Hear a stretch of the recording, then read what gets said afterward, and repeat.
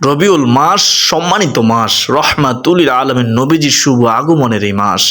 এই সম্মানিত মাসে যে মহিলা যে পুরুষ 6টি আমল করবে, নবীজি সাল্লাল্লাহু আলাইহি ওয়াসাল্লাম বলেছেন জীবনের সকল সমস্যার সমাধান হবেই হবে, সগীরা কবিরা সমস্ত গুনাহ মাফ হবে।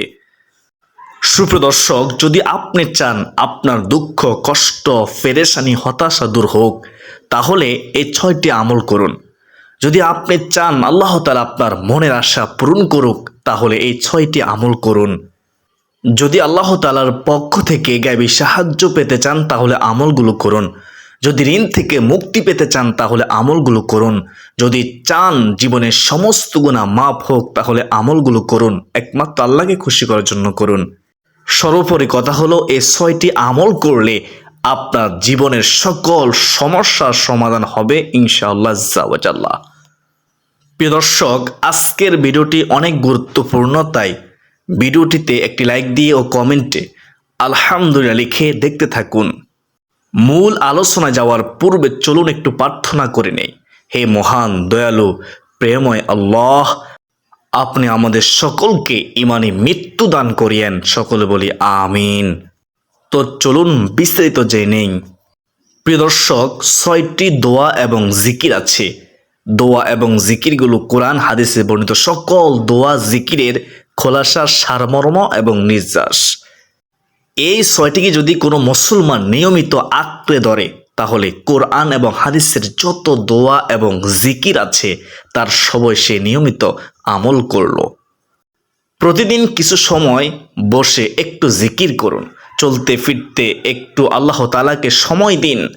আপনি উপকৃত হবেন, আপনার কলব জিন্দা হবে, অন্তরে নূর আসবে, আমলনামা সওয়াবে সওয়াবে পরিপূর্ণ হবে ইনশাআল্লাহ। প্রিয় দর্শক, এই 6টি দোয়া এবং জিকিরের মধ্যে সর্বপ্রথম হলো 1 নম্বরে নবী করিম সাল্লাল্লাহু আলাইহি ওয়াসাল্লামের প্রতি দুরূদ প্রেরণ করা। নবীজির প্রেম ভালোবাসা অন্তর রেখে দুরূদ পড়া। নবীজি সাল্লাল্লাহু আলাইহি ওয়াসাল্লামের প্রতি দুরূদ প্রেরণ করা আমল এরকম আমল যে আপনি যদি সারা দিনে শুধু মাত্র নবীজির প্রতি দুরূদ প্রেরণ করেন, দুরূদ প্রেরণ করার আমলটি জিকির হিসেবে সবচেয়ে বেশি করেন, দোয়া হিসেবে যদি এটিই আপনি সারা দিন করতে থাকেন, তাহলে এই দুরূদই আপনার জন্য যথেষ্ট হবে ইনশাআল্লাহ আল্লাহ তাআলার কাছে। আর কিছু না চাইলেও চলবে। সুপ্রিয় দর্শক, দুরূদ মানেই হলো নবীজির জন্য দোয়া করা। প্রিয় দর্শক, আপনি নবীজির প্রতি একবার রহমতের দোয়া করলে, অর্থাৎ একবার দুরূদ শরীফ পেশ করলে, আল্লাহ তাআলা আপনার উপর 10 বার রহমত বর্ষণ করবেন, 3টি পুরস্কার দান করবেন। সুবহানাল্লাহ। এভাবে একজন ব্যক্তি যতবার দুরূদ পড়বে, ততবার সে আল্লাহ তাআলার রহমত ও অনুগ্রহ পাবে, দয়া পাবে। প্রিয় নবী সাল্লাল্লাহু আলাইহি ওয়াসাল্লাম বলেছেন, তোমরা বৃহস্পতিবার ও শুক্রবার জুমার দিন এই সময়গুলোতে তোমরা আমার প্রতি বেশি বেশি দুরূদ পাঠ করো। প্রিয় দর্শক, দুরূদ পাঠের ফজিলত সম্পর্কে বলতে গেলে, আপনি যদি নিয়মিত প্রিয় নবী সাল্লাল্লাহু আলাইহি ওয়াসাল্লামের প্রতি দুরূদ পাঠ করতে পারেন, তাহলে এর ফজিলত আপনি নিজেই অনুভব করতে পারবেন। নিজ চোখে ফলাফল দেখে আপনি অবাক হয়ে যাবেন। রহমাতুল আলামিন আল্লাহ রাসূল সাল্লাল্লাহু আলাইহি ওয়াসাল্লাম ওয়াদা করেছেন যে আপনার পেরেশানি দূর হবেই হবে ইনশাআল্লাহ আজ্জা ওয়া জাল্লা। তো প্রিয় দর্শক, কোন দুরূদ পাঠ করব? দুরূদের মধ্যে সবচেয়ে শ্রেষ্ঠ দুরূদ হলো দুরূদে ইব্রাহিম, যেটা আমরা নামাজের শেষ বৈঠকে পড়ে থাকি। যদি আপনি দুরূদে ইব্রাহিম পড়তে না পারেন, তাহলে সবচেয়ে ছোট দুরূদটি যেটা হলো সাল্লাল্লাহু আলাইহি ওয়াসাল্লাম, এই দুরূদটি পড়তে পারেন। তবে প্রিয় দর্শক, মনে রাখবেন সবথেকে উত্তম দুরূদ হলো দুরূদে ইব্রাহিম। দুরূদে ইব্রাহিম বেশি বেশি পাঠ করবেন। তো প্রিয় দর্শক, 6টি আমলের মধ্যে 1 নম্বরে আমরা এই দুরূদের আমল বেশি বেশি করার চেষ্টা করব ইনশাআল্লাহ আজ্জা। এখন জানবো 2 নম্বর আমল। 2 নম্বর আমলটি হচ্ছে ইস্তিগফার করা, যত বেশি পারা যায়। ইস্তিগফার মানে হচ্ছে আল্লাহ রাব্বুল আলামিনের কাছে ক্ষমা প্রার্থনা করা, ক্ষমা চাওয়া। যে ব্যক্তি ইস্তিগফারকে আঁকড়ে ধরবে, এটাকে প্রতিনিয়ত করতে থাকবে, ইস্তিগফার কখনো ছাড়বে না, সব সময় তার মধ্যে ইস্তিগফার অব্যাহত থাকবে। ওই ব্যক্তিকে আল্লাহ রাব্বুল আলামিন বিভিন্ন পেরেশানি থেকে এমন পেরেশানি থেকে আল্লাহ তাআলা তাকে মুক্ত করবেন যে সে কখনো কল্পনা করতে পারবে না। সুবহানাল্লাহ, গায়বী সাহায্য সে পাবে। ইস্তিগফার হলো এমন একটি আমল যেটা আমাদেরকে দুনিয়ার পেরেশানি থেকে দূর করবে এবং আখিরাতের পেরেশানি থেকেও দূর করবে। দুনিয়াবি পেরেশানি, আমাদের বিপদ আপদ, মুসিবত, রিজিকের অনটন অভাব এগুলো দূর করবে। আর আখিরাতের পেরেশানি হলো আমাদের পাপ গুনাহ এগুলো দূর করবে। এই দুই ধরনের পেরেশানি থেকে মহান আল্লাহ তাআলা আমাদেরকে হেফাজত করবেন, মুক্ত করবেন ইনশাআল্লাহ আল্লাহ। প্রিয় দর্শক, ইস্তিগফারের যে কত ফজিলত তা এরকমের 10টি ভিডিও বানালেও তার ফজিলত বলে শেষ করা যাবে না। তাই আপনি যখনই সময় পান, অফিসে যাচ্ছেন, অফিসে বসে আছেন, হেঁটে হেঁটে বাজারে যাচ্ছেন, লম্বা সিরিয়ালে দাঁড়িয়ে আছেন, অবসর সময় নিরিবিলি সময় বসে আছেন, সেই সময়গুলোতে ইস্তিগফার করে পরিপূর্ণ করে ফেলুন। আল্লাহকে খুশি করুন, নিজের ভাগ্যকে পরিবর্তন করুন। প্রিয় দর্শক, ইস্তিগফার সকল সমস্যার সমাধান। এই ইস্তিগফারগুলো পড়তে পারেন। 1 নম্বরে আস্তাগফিরুল্লাহ, 2 নম্বরে আস্তাগফিরুল্লাহ ওয়া আতুবু ইলাইহি, 3 নম্বরে এটিও পড়তে পারেন আস্তাগফিরুল্লাহ আল্লাযী লা ইলাহা ইল্লা হুয়াল হাইয়ুল কাইয়্যুম ওয়া আতুবু ইলাইহি লা হাওলা ওয়া লা কুওয়াতা ইল্লা বিল্লাহিল আলিয়্যিল আযীম। ইস্তিগফারের মধ্যে সবচেয়ে শ্রেষ্ঠ ইস্তিগফার হলো সাইয়্যিদুল ইস্তিগফার। এই সাইয়্যিদুল ইস্তিগফার আপনি যদি না পারেন তাহলে আপনি দেখে দেখে এটি পড়তে পারেন। বিভিন্ন জায়গা থেকে ডাউনলোড করেও আপনি পড়তে পারেন, যেমন ইউটিউব থেকে এটিকে আপনি ডাউনলোড করে তারপর দেখে দেখে মুখস্থ করতে পারেন। দেখে দেখে হলেও আপনি এটাকে পড়বেন। বন্ধুরা, ইস্তিগফারের আমল আপনার মধ্যে অব্যাহত রাখুন। সুপ্রিয় দর্শক, আপনি সাইয়্যিদুল ইস্তিগফার পড়তে পারেন না, কোনো সমস্যা নেই, কোনো পেরেশানি নেই। সবচেয়ে ছোট ইস্তিগফার হলো আস্তাগফিরুল্লাহ, এটি পড়ুন। আস্তাগফিরুল্লাহ অর্থ হলো, হে আল্লাহ, আমি আপনার কাছে ক্ষমা চাই। আপনার অগণিত ভুল হয় প্রিয় দর্শক, আপনার অগণিত ভুল হয়, আপনার মিনিটে প্রতি ঘন্টায় ঘন্টায় মুহূর্তে মুহূর্তে ভুল হয়। আপনি ইস্তিগফার পাঠ করতে থাকুন, ভুল হলেই আপনি ইস্তিগফার পাঠ করতে থাকুন, ইনশাআল্লাহ আল্লাহ খুশি আপনাকে মাফ করে দিবেন। তাহলে প্রিয় দর্শক, পৃথিবীর শ্রেষ্ঠ 6টি দোয়া এবং জিকিরের মধ্যে 2 নম্বর আমলটি হলো ইস্তিগফার। তাই আমরা সকলেই ইস্তিগফারের আমলটি প্রতিনিয়ত অব্যাহত রাখবো ইনশাআল্লাহ। চলতে ফিরতে উঠতে বসতে আমরা পড়ার চেষ্টা করব। আস্তাগফিরুল্লাহ পড়তে অজু লাগে না। প্রিয় দর্শক, এইগুলো 2 নম্বর আমল। এখন যেন 3 নম্বর আমল। 3 নম্বর আমলটি হলো ইয়া জাল জালালি ওয়াল ইকরাম। এটি হলো একটি জিকির, আল্লাহ তাআলাকে ডাকা, আহ্বান করা, এটাই হলো জিকির, ইয়া জাল জালালি ওয়াল ইকরাম। নবী করিম সাল্লাল্লাহু আলাইহি ওয়াসাল্লাম বলেছেন, তোমরা এই ইয়া জাল জালালি ওয়াল ইকরাম এটাকে নিয়মিত আঁকড়ে ধরো, প্রতিনিয়ত পাঠ করতে থাকো। ইয়া জাল জালালি ওয়াল ইকরাম কেন নবীজি এত বেশি বলতে বলেছেন, পড়তে বলেছেন, এটার মাধ্যমে আমাদের লাভটা কি হবে এর ব্যাখ্যা করতে গিয়ে বলেছেন, ইয়া জাল জালাল মানে হলো হে মহান বরত্বের অধিকারী, আর সুপ্রিয় দর্শক ওয়াল ইকরাম যা অর্থ হলো হে দানশীল।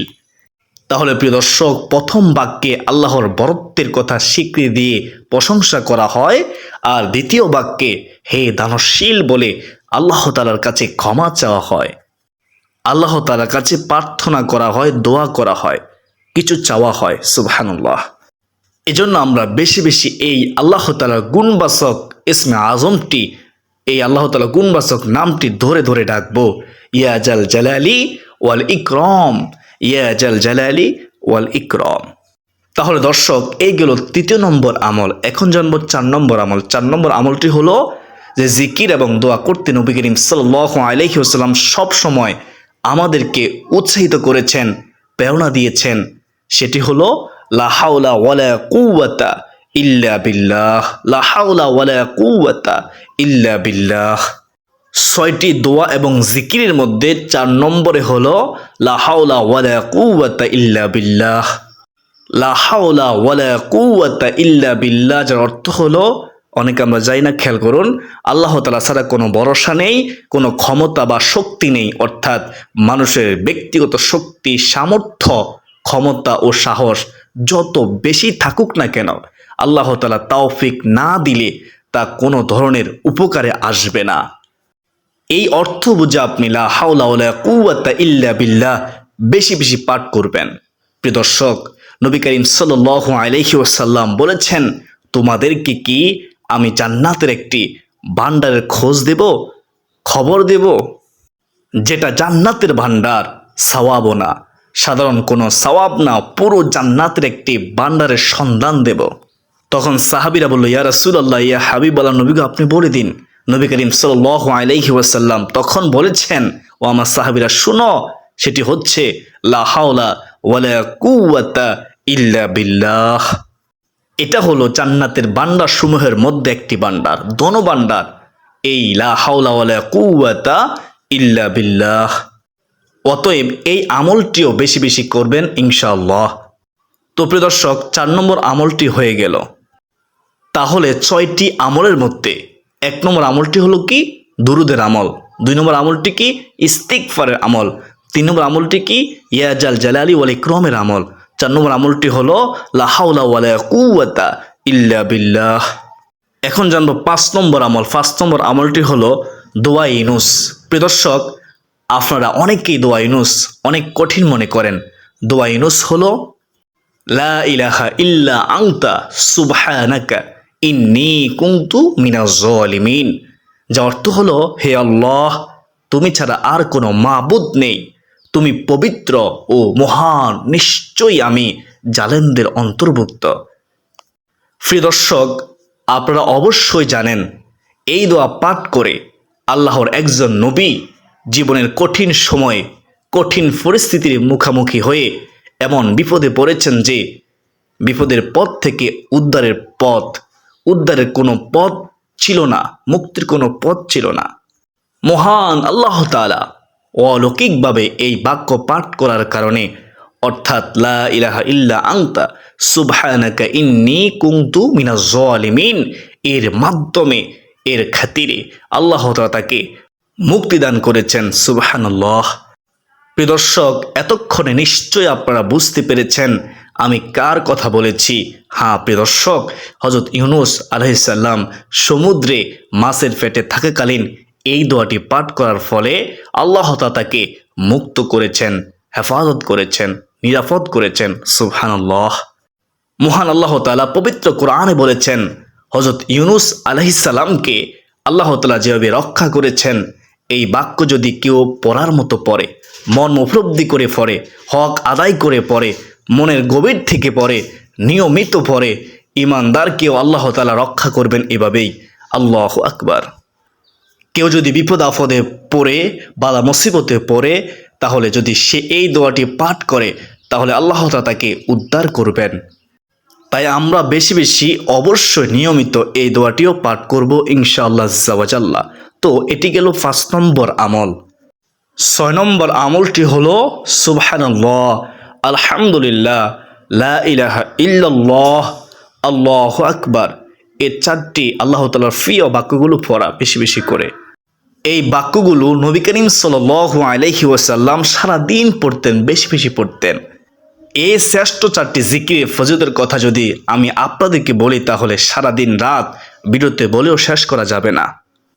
এই 4টি জিকিরের যে ফজিলত কত বেশি তা আপনারা কল্পনা করতে পারবেন না। এই 4টি জিকির অর্থ ফজিলত সম্পর্কে আমাদের এই চ্যানেলে অনেক ভিডিও আছে, আপনি চাইলে দেখে নিতে পারেন। তো প্রিয় দর্শক, এইগুলো 6 নম্বর আমল। প্রিয় দর্শক, এই 6টি দোয়া এবং এই 6টি জিকিরগুলো, আমলগুলো কোরআন হাদিসে বর্ণিত সকল দোয়া, সকল জিকিরের খোলাসা, সারমর্ম এবং নির্যাস। আমি আপনাদেরকে আবারও বলে দিচ্ছি সংক্ষেপে আপনাদের সুবিধার্থে। 1 নম্বর আমলটি হচ্ছে দুরুদের আমল। 2 নম্বর আমলটি হচ্ছে ইস্তিগফারের আমল। 3 নম্বর আমলটি হচ্ছে ইয়া জাল জালালি ওয়াল ইকরামের আমল। 4 নম্বর আমলটি হচ্ছে লা হাওলা ওয়ালা কুওয়াতা ইল্লা বিল্লাহ এর আমল। 5 নম্বর আমলটি হচ্ছে দোয়া ইউনুস, লা ইলাহা ইল্লা আনতা সুবহানাকা ইন্নী কুনতু মিনাজ জালিমিন। সর্বশেষ 6 নম্বর শ্রেষ্ঠ 4টি জিকিরের আমল, সুবহানাল্লাহ, আলহামদুলিল্লাহ, লা ইলাহা ইল্লাল্লাহ, আল্লাহু আকবার। আল্লাহ রাব্বুল আলামিন আমাদের সকলকে পৃথিবীর শ্রেষ্ঠ এই 6টি দোয়া এবং জিকিরের আমল সহি শুদ্ধভাবে করার তৌফিক দান করুন। সকলে বলি আল্লাহুম্মা আমিন। তো প্রিয় দর্শক, আমি মনে করি যেহেতু আজকের ভিডিওটি অনেক গুরুত্বপূর্ণ, তাই ভিডিওটি শেয়ার করে দিবেন ইনশাআল্লাহ। আজকের জন্য এ পর্যন্তই। সকলের সুস্বাস্থ্য কামনা করে বিদায় নিচ্ছি। ওয়া মা আলাইনা ইল্লাল বালাগ। আসসালামু আলাইকুম ওয়া রাহমাতুল্লাহি ওয়া বারাকাতুহু।